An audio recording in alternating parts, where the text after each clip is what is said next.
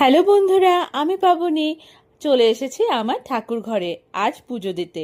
তবে এই দেখো বন্ধুরা, আজ কিন্তু আমার সাথে কে রয়েছে? আমার মা। আজ মা মেয়ে দুজনে মিলে কিন্তু পুজো দেব।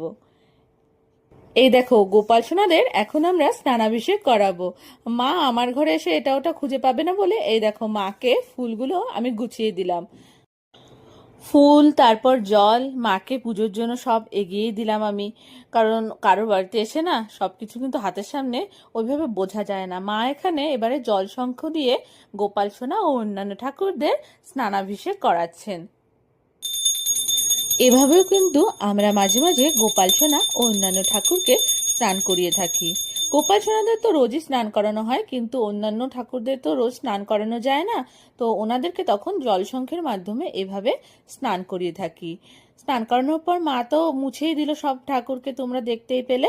এবারে আমি গোপী সোনাদের এক এক করে সুন্দর করে জামা প্যান্ট পরিয়ে নেব।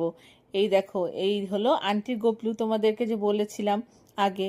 আন্টির গোপলুকে প্রথমে আমি জামা প্যান্ট পরিয়ে দিলাম, আর তারপর আমি আমার গোপলু ও গোপুকেও সুন্দর করে জামা পরিয়ে সাজিয়ে দিলাম। আমার মা বেশ সুন্দর সুন্দর কিন্তু গোপাল সোনাদের জন্য নিজের হাতে জামা বানায়, জানো। এই যে গোলাপি রঙের জামাটা গোপু সোনাকে পরাচ্ছে, এটাও কিন্তু আমার মা বানিয়েছে। আর হ্যাঁ, এই গোপী সোনার জামাটাও কিন্তু মাই বানিয়েছে, মানে এই সাদা রঙের যে ফুল ফুল জামাটা, এটাও মাই বানিয়েছে। খুব সুন্দর সুন্দর জামা কিন্তু আমার মা বানাতে পারে, জানো। গোপাল সোনাদের সুন্দর করে সাজিয়ে দিলাম, তোমরা তো দেখতেই পেলে। এবারে গোপাল সোনাদের জন্য আজ কিন্তু আমি তরমুজ ভোগে যেহেতু দেওয়া হবে, সেই জন্য তরমুজ কেটে নেব।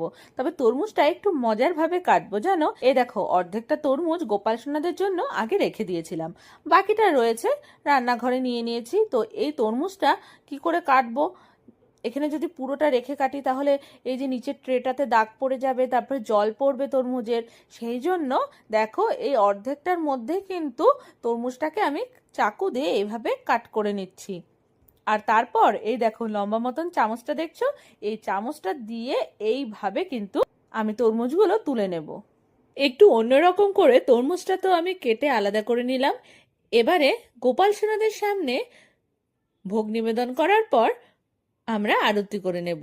আর হ্যাঁ বন্ধুরা, যাওয়ার আগে আমার গোপাল সোনাদের তোমাদের আরও একবার দর্শন করিয়ে দিই।